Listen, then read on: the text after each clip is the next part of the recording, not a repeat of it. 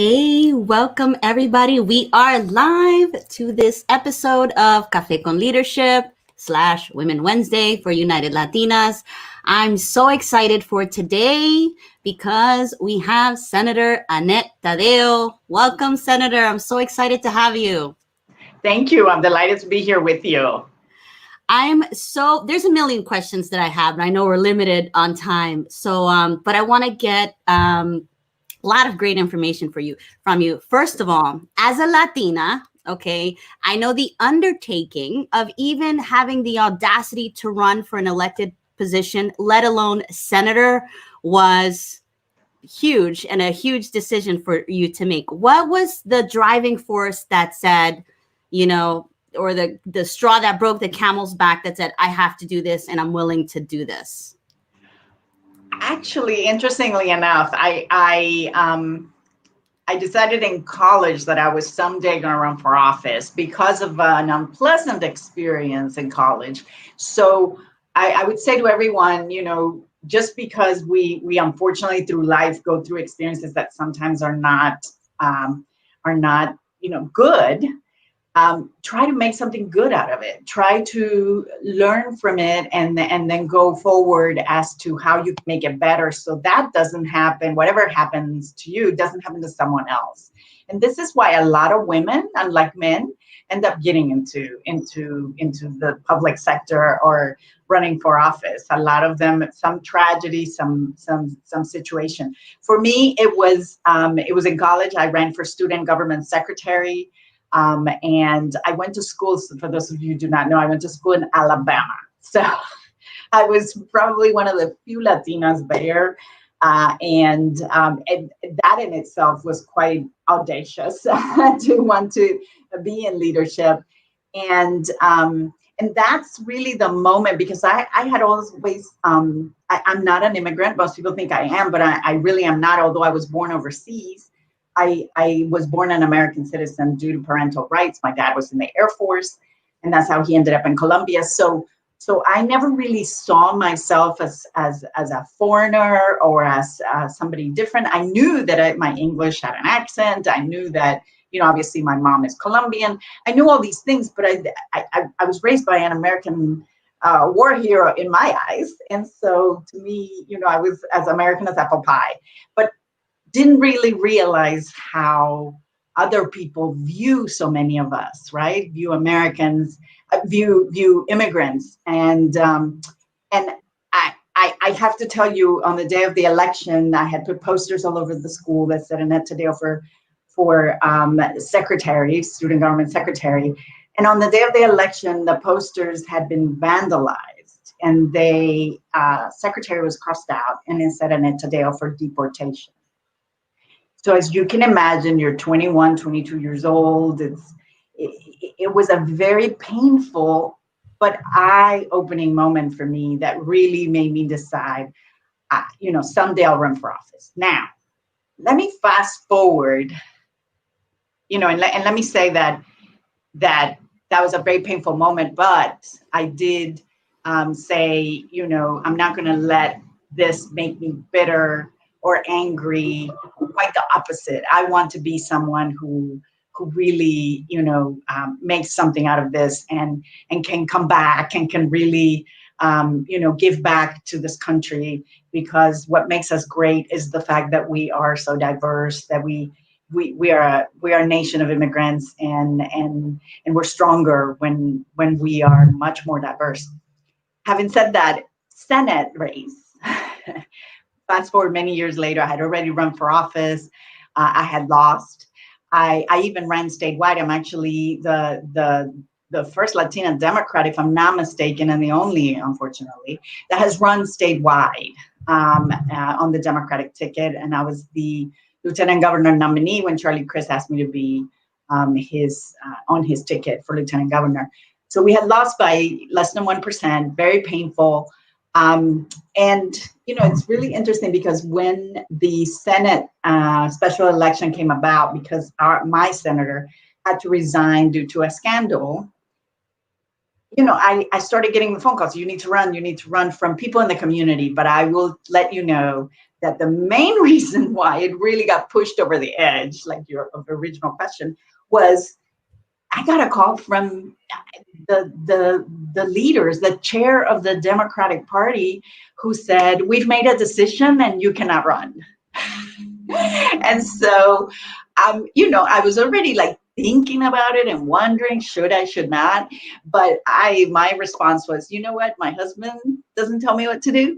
You're not going to tell me what to do. So now I'm definitely doing it. And I'm so glad I did, because it turned out, obviously, that I was the right candidate at the right time for this district, to represent this district. I have since been reelected. But let me just, before we move on, because I want to tell this little story.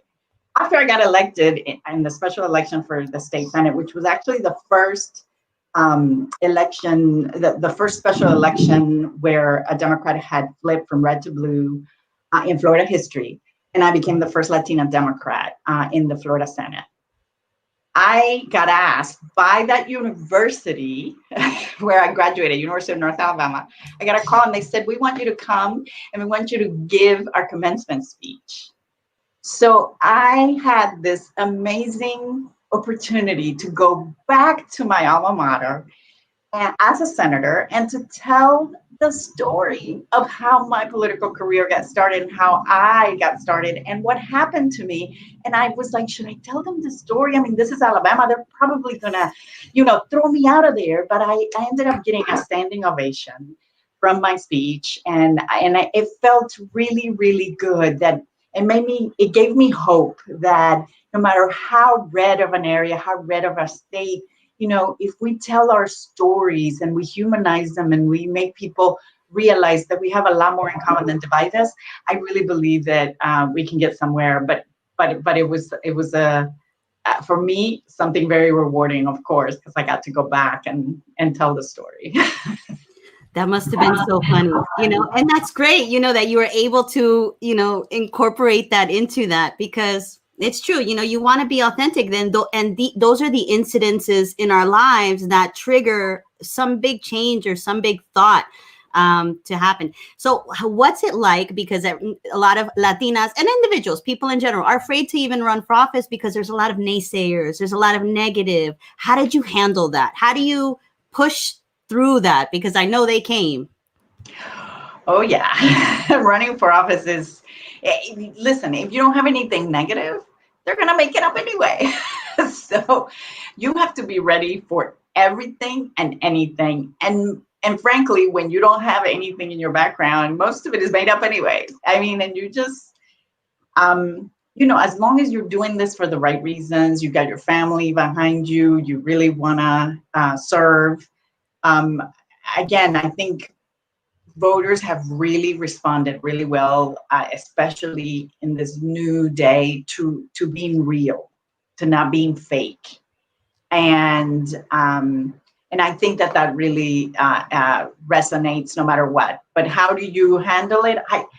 I was born with a cleft lip, so I was made fun of from the time I was a little girl.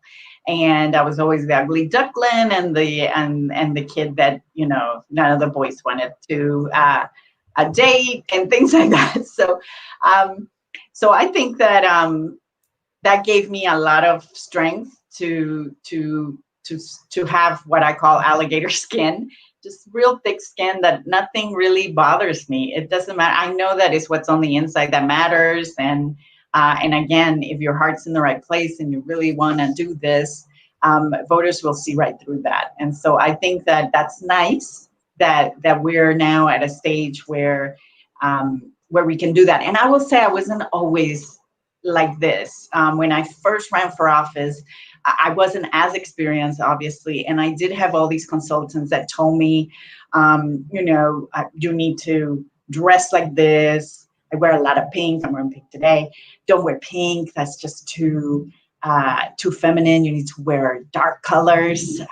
That's much more Washington and things like that. And I I learned, unfortunately, the hard way, but I like to tell women that are thinking of running, just be yourself. I mean, never stop being yourself, because voters will see right through it when you're trying to be someone that you're not. The whole reason why they should elect you is because you're you, and they like you, and you're real. And even if they don't agree with you, because I will tell you, you will never. I've said this. I said this to people all the time. You know what? If you really want to find a politician you agree with all the time, then you need to run, because that's the only time you're going to get 100% agreement. Everyone, they'll be like, oh, I didn't like that about him, and I didn't like that vote, and that. But if you're going to ask voters to have faith in you, it has to be the real you. And so that's really the best advice I could give, and the best way that I think I got over the nasty stuff and the attacks, and they were nasty. Yeah, I bet we've experienced a lot of that. When it comes to running and leadership, like the people that don't agree with you, like your constituents, how do you handle conversations like that? Or how do you create a common ground and help them understand that you're looking out for their best interest as well? Like, I mean, look, it's not easy, but I think, again, they may not agree with you, but they know that you will. Let's say, for example, healthcare, right? They may not agree with exactly the way you want to go about the policy or what you're proposing, but if deep inside you truly are doing it because you really believe that people should have healthcare, shouldn't go bankrupt because of healthcare, shouldn't, so I'm using this one as an example. It could be anything, but again, it's really important to be real, to be passionate about what you believe in. If you're just doing it in a fake way, it comes across. And nowadays with social media and like, you look at you and I doing this conversation, in different locations, it's just nowadays it's really hard to hide who we are. And there are still politicians that get elected just by putting a lot of commercials on the air and sending a lot of mail, and then you never see them. And I'm not saying that doesn't work, but it's just not a long. It's not something that's going to work long term. So, yeah, I love that you said that. So long as you have that mission and that vision that, like, this is something that I want to do because I feel that I need to contribute something to help make change happen. And that desire, at its core, is such a powerful desire that we want to keep feeding. Yeah, but let me add something, because you asked specifically about constituents, but I also want to talk about your fellow legislators, right? Because look, when I got elected in the special election, I wasn't supposed to win. Everybody, the newspaper supported my opponent. He's a likable, nice guy. He was very successful in the legislature. He's actually my friend now. Everybody assumed there's no way that she's going to win. He's going to win. They have all the money, and they have all the support. Even the newspaper, that coveted picture when you walk into a room because you just won, they weren't there. They were at my opponent's victory party and the cameras and everything. And so, the few stations that sort of had an idea were the ones that were there, which were the Spanish ones. But anyway, what I did is, when I got up to Tallahassee, I actually knew that they had this image of me, because I had been party chair of the Miami-Dade Democratic Party and then always involved in Democratic Party stuff. So they thought I was this party hack kind of person. And I am a very proud Democrat. But when you get elected, in my opinion, when you get elected, you don't just go to represent your party, you go to represent the people that elected you, which is everyone. And even the ones that didn't vote for you, you're still their senator. So what I did is, I did something that I would recommend to anyone when they get elected, is I actually started studying all of my senators on the opposite side of the aisle, their bills. And I made myself the goal to find one bill per senator that I could co-sponsor, so that I could find common ground. And there were some that it was very hard. I remember there's one that now serves in Congress, but he was known for being the he was very big on his guns. And I was like, oh my God, I'm never going to find anything in common with this senator. Well, it turns out that he's also very big on animals, and he doesn't like animal cruelty, and he loves his dogs and all these things. So I was like, I found something in common with this guy. And so I went and I made an appointment and visited with each of them. And I said, I'd like to co-sponsor this bill, that bill. Like with each of them, I had a bill that I wanted to co-sponsor. And it gave me the opportunity to show them, when they met me for the first time, that we had something in common, that, we could talk about something positive. And I think it worked, because then when you're in the middle of a heavy debate and you're on opposite sides, 100% the opposite ends, at least they respect you to listen to you, because they know that you are not as crazy as they thought you were or as they imagined you were, right? And maybe we disagree on this issue, but let's respectfully listen to each other's points of views.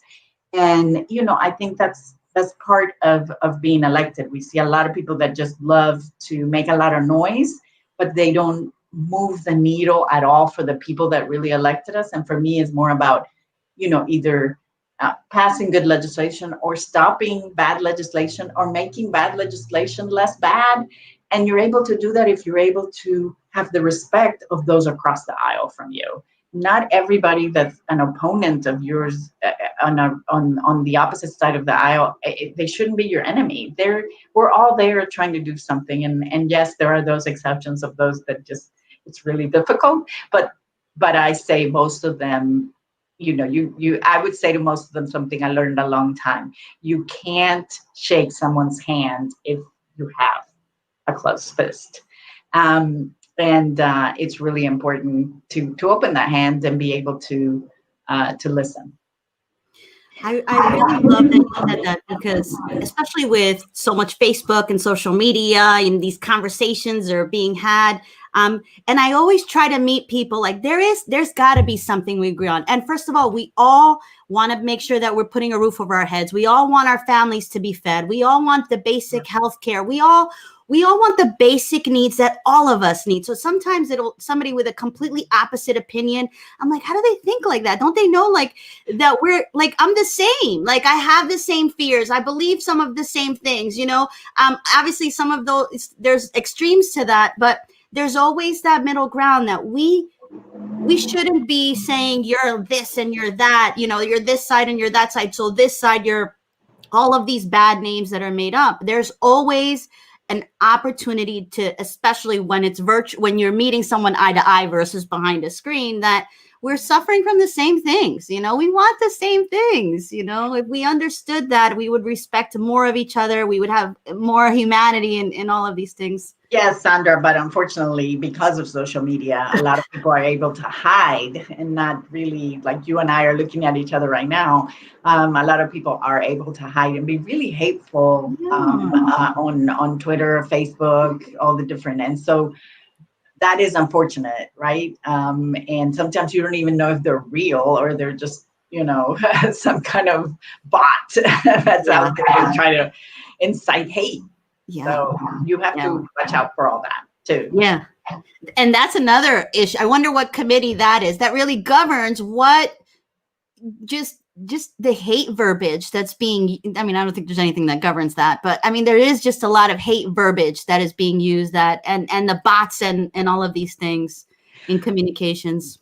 Well, there is. And I think it's great that we're seeing, Twitter especially, right, starting to put disclaimers of click here for the real. This is not factual kind of stuff. It angers some people, but I think it's really important to, as elected officials, that we not spread misinformation or hate or anything that would in any way get us away from having, again, part of democracy is just politics is the art of negotiation, and you can't really negotiate if you don't have a democracy where you're having conversations on opposite sides of the view. And we've gotten away from the conversation and gotten into, only the hate and the nastiness.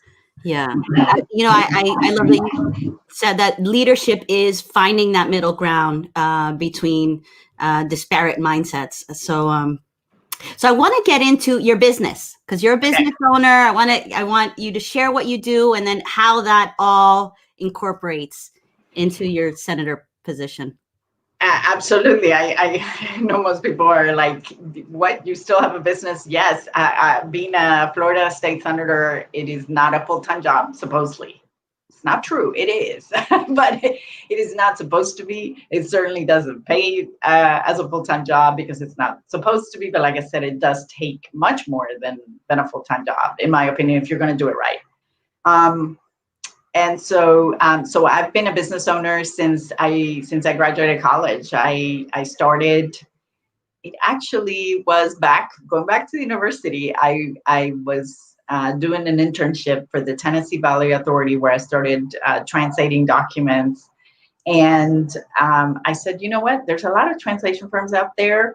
I started doing research. I said, but these translations were so technical and regulated and really just made me realize there was a niche for highly regulated industries with very, very difficult translations. And so I started my firm, and I've had it now for, oh my God, I don't know, 22, 23 years. And I still do. And actually, when I finish this, I take care of some business stuff. So just, we need more people in government that meet a payroll every 2 weeks, especially during these very, very trying times when it's really difficult. It's a truly small business, and small businesses, we as the owner, we take on all the liability, we take on everything. We're the ones that give employment to people, and then they have kids, and then their kids, right? Your responsibility is sort of, oh my gosh, now I have all this responsibility. I'm very proud of the business that I've had, and the fact that I have a business that actually has, that pays well, that has insurance, always has, not because we're required, but because we've always felt that was important, health insurance, and also that always had a retirement plan. Most small businesses really cannot afford to do that, and we need to find ways to encourage them to do that, because many of them, I have one employee that's about to is at that age where she almost ready to retire, and because of all the money that was put away year after year into that retirement plan, she was able to take some of that out and buy a place where she wants to retire and go live, and so and put the down payment on that. And so things like that, I think that's, for me, very rewarding to know that I've been able to, to help my employees throughout. But I'm one of those that really believes that our employees are our company, and we should invest more in our employees. That's why I advocated for a $15 an hour minimum wage. Because again, you have to have a livable wage, and the companies that say no, we need, we don't need to do that. That's going to be hard for us.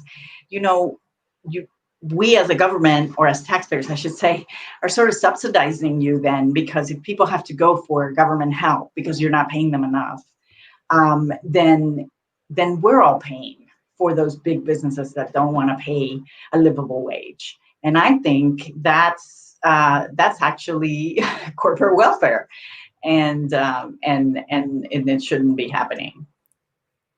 Yeah. Do you find that other senators are in similar circumstances? Are they small business owners that are similar in theory of yours? Or is it, because I think the way we look at, like, the way that I see or have seen now is different. Politicians, it's like they're making millions and they're getting, I think we have to change these mindsets, right? But it's these stigmas, and I don't know how that process will begin, but just wondering. Some, don't get me wrong, Sandra, I'm sorry to interrupt, but there are some that definitely, we see they knew about for example, some that knew about the virus before the rest of us knew. They sold certain stock, bought other stock, that kind of stuff. I mean, that is really wrong. And there are those who do make money, right? And through their connections and all these things. But there are those of us that actually in Florida, you have to by law put your net worth, and you have to, fill out this form. And in the federal government, you have to fill out a form too. The point is, in my form, it just keeps going down. It's really interesting to see which ones are going up in their value of their net worth and what they make and all this stuff, and which ones are actually going down. And it's usually those of us who, who really, our paycheck at our real job depends on us being there. And because we're spending so much time and energy serving others and helping others, it does cost sometimes a lot to us personally. And a lot of people don't realize that. And for me, I'm lucky that I can do that, right? And that I don't mind again. But we have to change that mentality. You are absolutely right. But unfortunately, it comes from the fact that there are those that do make a lot more money once they get into office and take advantage of their position.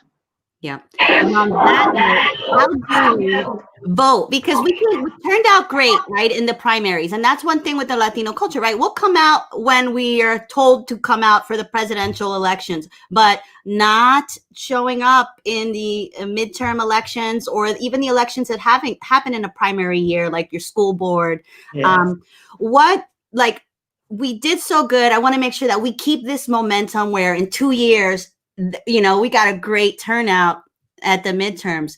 Like, what do you think we can do to maybe help that? And I'll tell you another thing before I let you answer is Civics 101. Most people don't know who their local officials are, who they can count on, when they're up for elections, and what policies are they trying to implement. Like, that part is broken, and we have to work on that as well. But I'm so glad you brought that up because actually one of the reasons why everybody thought that there was no way I was going to win was because I was in a special election, and Democrats are, notorious, and Latinos too, notorious for voting during presidentials, paying attention to the big stuff, right?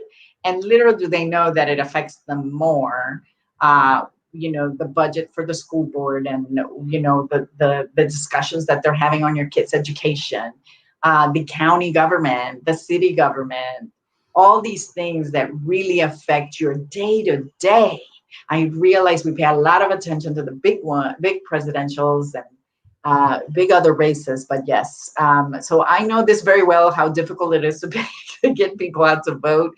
If you can imagine, a special election is an election where you're the only one on the ballot, and it's on a weird time of year. It's on a weird year, and nothing else is going on. It makes it really, really tough to get people excited to come out to vote when there is nothing fancy, I should say, on the ballot or some big election that's getting a lot of news. I just say to people, you need to find out. I mean, now we have people that don't even know who their state representative is, who their senator is. There are people that don't even know that there's a mayor of a county, there's a mayor of a city, that there's city council people, county, like I said, school board. But those things, like, for example, the taxes on your home, they're decided by your county government. The taxes on your home also go towards your garbage, your fire, and also towards the school. And so, at least in Florida, that's how we fund, and it deals with your real estate taxes because we don't have an income tax.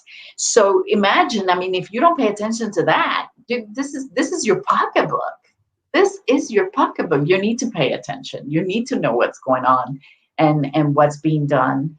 And now that we have so much at stake with regards to climate change, which affects the insurance on your home, right? Because if you are in an area that is going to be in just a few years underwater, flooded completely, the insurance companies are the first one, and the banks who lend money, they're the first ones to know that's a risk. We don't do risk. We're going where it's safer. And so everything becomes more expensive, prohibitive, and because they know way ahead of time.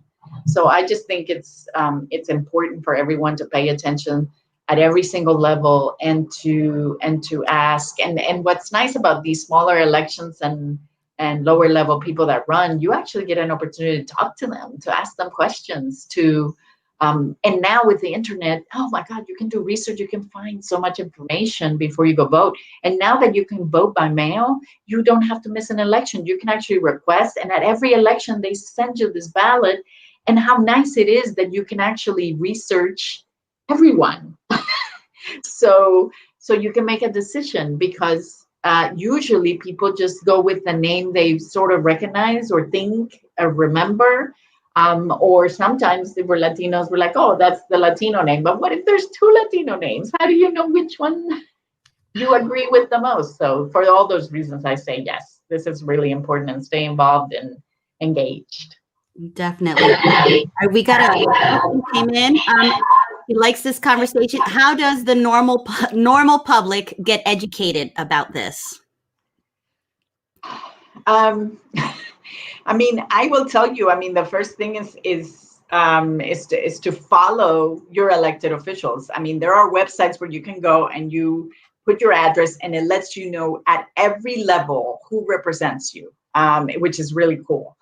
And I would say just follow them, trying to figure out who are they, what are they doing, and unfortunately, most people don't get engaged until something happens to them and they need help.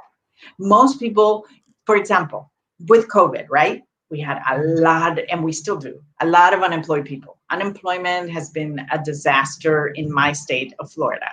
And people were contacting their Congress people. Well, they don't deal with unemployment. Yes, they were sending money from the CARES Act down to Florida, but the money was being given out by the state. And so they couldn't even help you. They had to come to us as senators or state representatives to really help out. And it's just been very disheartening to see so many people trying to go. Sometimes they would go to their mayor, their city council person again, and they would have to then contact us, because they find out, oh, this is unfortunately, most people don't find out until they need so much help. And we wouldn't be in the need for people to have so much help, for example, in Florida, if people were more engaged, because the laws that were passed that are very punitive towards the unemployed, we're now seeing the consequences.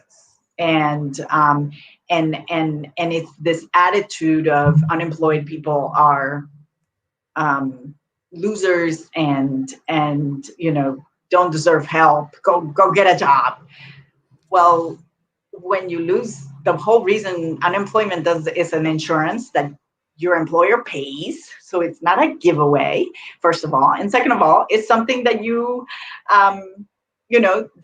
that you didn't lose your job because it was your fault. If you lost your job because of your fault, you're not eligible for unemployment anyway. So how can it be your fault? And now where are you supposed to go get a job in the middle of a pandemic when they're telling you stay home? So it's been quite a wake up for a lot of people that weren't paying attention. That all of a sudden they're starting to pay attention. Yeah, sure. For the people listening, when should they contact their senator? Like, what are the issues, or besides we should have an open rapport with our local senator? Like, because somebody else mentioned that the other day, like they're contacting the mayor's office. The mayor has nothing to do with that. But what are, let me make sure that I have a relationship with my local senator, because these are the issues that matter to me, and she or he works in that. What are those issues?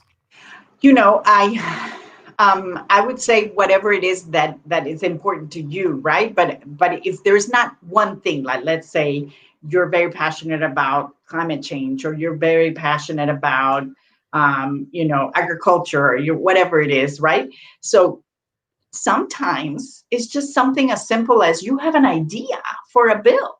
You have an idea for something that you're like, this is silly. Perfect example. My own daughter, who's 14 years old, came to me and said, Mom, you need to make sure that we ban corporal punishment in Florida. And I was like, what? We don't hit kids. Like, what? And so she's like, oh yeah, it's still legal in Florida. And I was like, no, that can't be right. And then she shows me, that it is. It's in the books. And so, again, an idea like that, you just then you put it into drafting, you start drafting your bill, you start putting it together so that you can hopefully pass it. And many of the bills that I file are ideas from constituents that reach out and say, hey, we have this issue. And sometimes it's an issue that I say, you know what, that traffic light thing that you'd like to put on that corner, it's really a local issue. Let me connect you to your county commissioner or your, city council, whoever it may be, right? And sometimes we connect them to the right person because you're not supposed to, you don't know everything, and we don't expect you to know everything. Yeah. That's so great.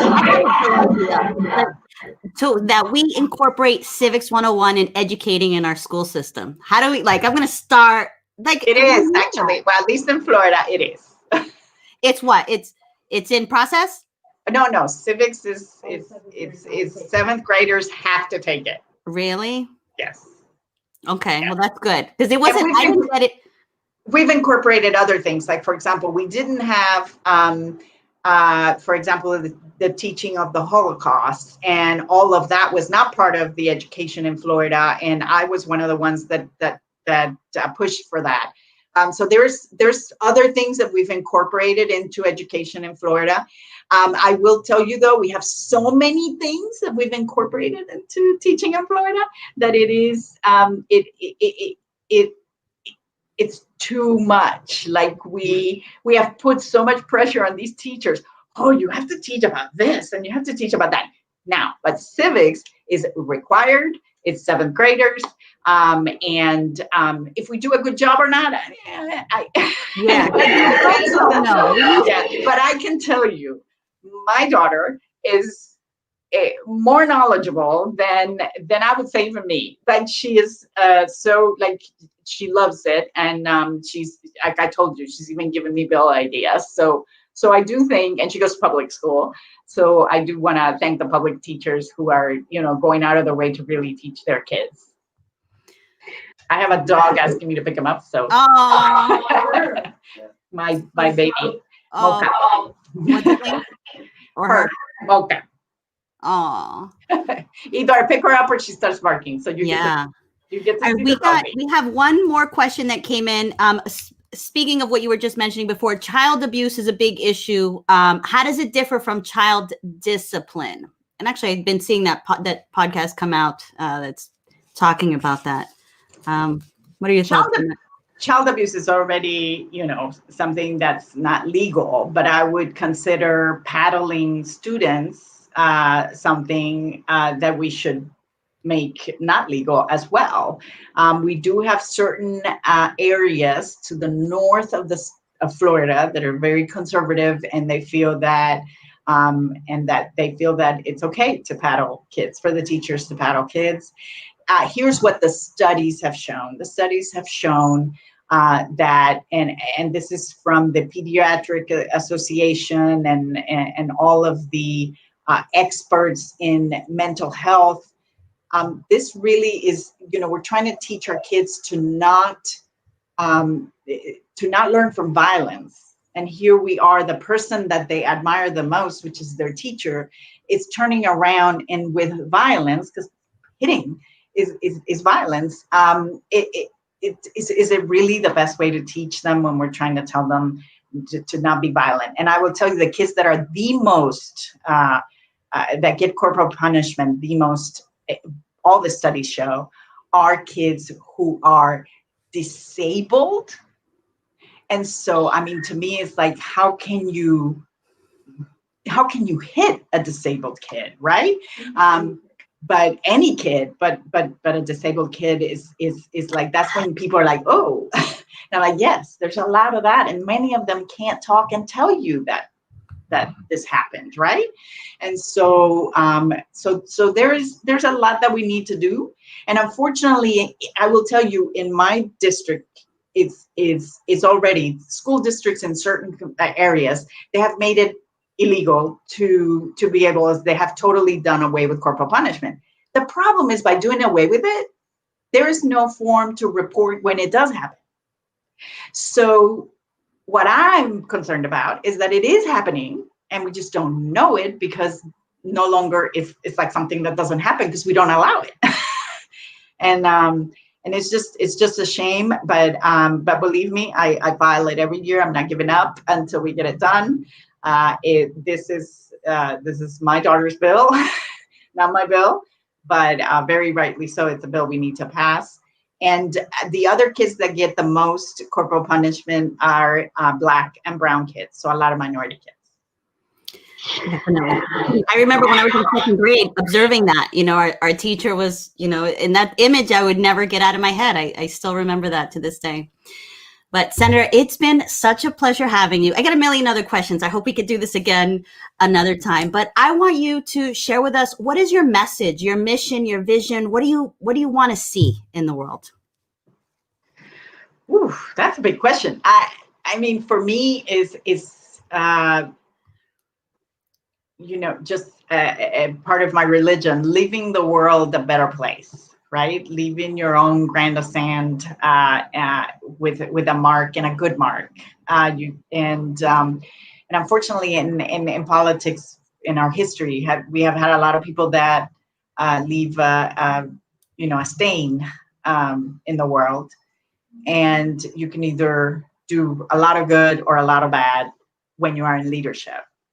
And I just think that, in this, you need to try to make the world a better place for the next generations, where there is, more opportunity for everyone to achieve their dreams, whatever they may be, right? And so no barriers along the way if you work hard, but as well as just justice. I think there's a lot of injustice in a country where we pride ourselves with our own Pledge of Allegiance, where we end with liberty and justice for all. We're not living up to that. And that's what we're teaching our kids to recite. And I think until we live up to it and we can truly have liberty and justice for all, my work will not be done. So there's a lot of work to be done, but I think all of us, regardless of party, where we come from, rich or poor, woman or male, or non-binary, we really need to work at having a more just country and world. I love that. Senator, thank you so much. How does anyone follow you, your page? I know you have a Facebook page if somebody wants to connect with you. Well, actually, I have quite a lot, because for example, on Facebook, we have Senator Taddeo, and then we also have Annette Taddeo. We have, so the reason why there are two is because obviously you have ones where you can be more yourself and include politics. And on my senator page is more about legislation and things that my office, or if you need help, or we're offering any kind of anything. The same thing on Twitter. I'm Annette_Taddeo. Instagram, Annette_Taddeo. So I'm on all of them. I'm even on TikTok. Yay! Was that influence of your child? Of course. It was her idea, and my first TikTok was me dancing. So that's great. Some of them are really fun. But over Thanksgiving, I posted some stuff with me cooking for Thanksgiving, and even a recipe. So I just have a lot of fun with it, and I love it, and try to ignore the haters. Absolutely. Absolutely. And my dog is growling. So, Oh, thank you so much, Senator. You are such a pleasure. You are such an inspiration, especially for Latinas wanting someone who has already carved a path, into politics. It is intimidating. It is something that is not an easy decision. let me, you just reminded me of something. I want to make sure, after I got elected, I remember telling a lot of the people within my party, of course, but it doesn't matter. It happens in both. Where I was like, why aren't there more Latinas running, and why aren't you guys running more Latinas for positions? And I was like, well, we can't find any. And I was like, you can't find any. Okay, fine.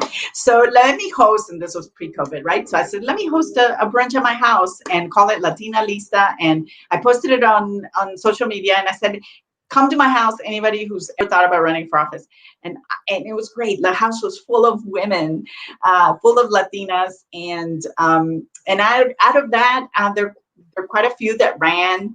And I will tell you, some were very successful. Some got elected. And so actually 2 of the school board members, brand new seats, open seats, 2 Latinas, young and smart. And I'm just so proud of them right here in my community, where I supported them and they got elected. And that is just such for me, it makes me feel wonderful again, because I care a lot about education. My daughter goes to public school. So Yes. I love that you threw that in. We do need to support each other in those missions, and we need somebody to encourage that. Doesn't want to. Yeah. Sorry about the dog. No, that's okay. That's okay. Thank you so much, Senator. You really are inspiring, and anybody that's looking to run, you can reach out to Senator Taddeo. She may give you some tips and some guidance. I do, and I usually try to connect you and guide you. Wow, she's being loud. I apologize. She's barking to the other dog because the other dog's wearing a sweater and she doesn't like the sweater. That's too funny. That's too funny. Thank you so much, Senator. Thank you so much, Sandra. Have a great day, and thank you, everybody. It's been a pleasure. Take care, guys.